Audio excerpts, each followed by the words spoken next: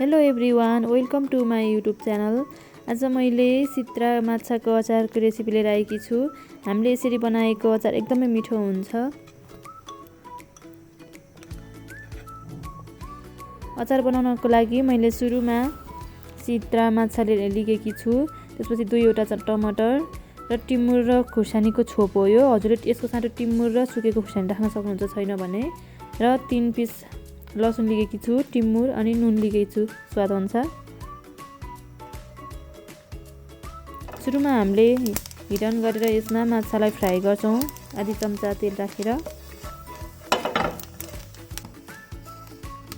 1 minute जति माछा fry गरिसकेपछि हामी निकाल्छौं र एक ग्यासमा हामीले फेरि टमाटरलाई पोल्छौं। टमाटर र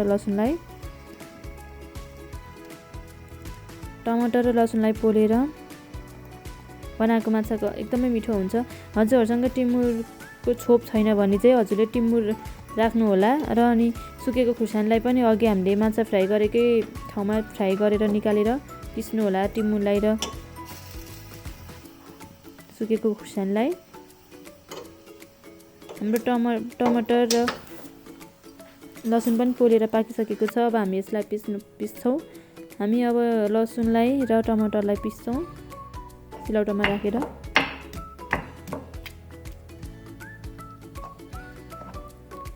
हामी राम्रोसँग मजाले पिस्छौं यसलाई।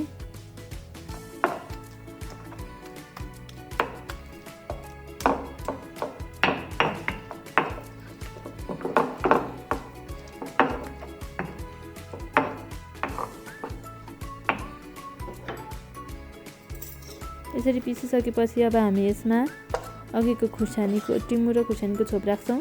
हजुरले चाहिँ टिमुर राख्नु होला छोप छैन भने।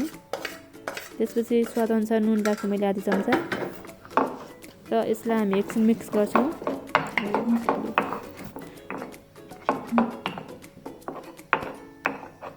त्यसपछि हामी यसमा फेरि अब अघि हामीले फ्राई गरेर राखेको माछा राख्छौं। माछालाई हामी धेरै पिस्नु पर्दैन, हल्का पिस्नु भयो हुन्छ। हजुरलाई मसिनो बनाएकै मनपर्छ भने एकदम मजाले मसिनो बनाएर पिस्नु होला। हजुरले मिक्सरमा पनि पिस्न सक्नुहुन्छ, तर मिक्सरमा भन्दा हामीले यसरी सिलौटामा पिसेको चाहिँ एकदम स्वाद छुट्टै मिठो आउँछ। कुनै अचार पनि पिसेर बनाउने टमाटरको अचारहरू पनि मिठो हुन्छ सिलौटामा पिसेको। यसरी हल्का मात्रै पिसिसकेपछि मैले यसमा चुक राखेँ। हजुरले यसको साटो लेमन राख्न सक्नुहुन्छ, कागती आदि निचोरेर राख्न सक्नुहुन्छ। टमाटरको पनि अमिलो हुन्छ र अलि बढी अमिलो मनपर्छ भने चाहिँ थप्नु होला, कागती राख्न सक्नुहुन्छ।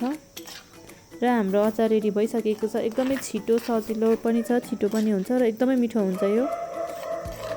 हजुरले यसलाई चिउरासँग खाँदा पनि मिठो हुन्छ र खानासँग खान पनि सक्नुहुन्छ।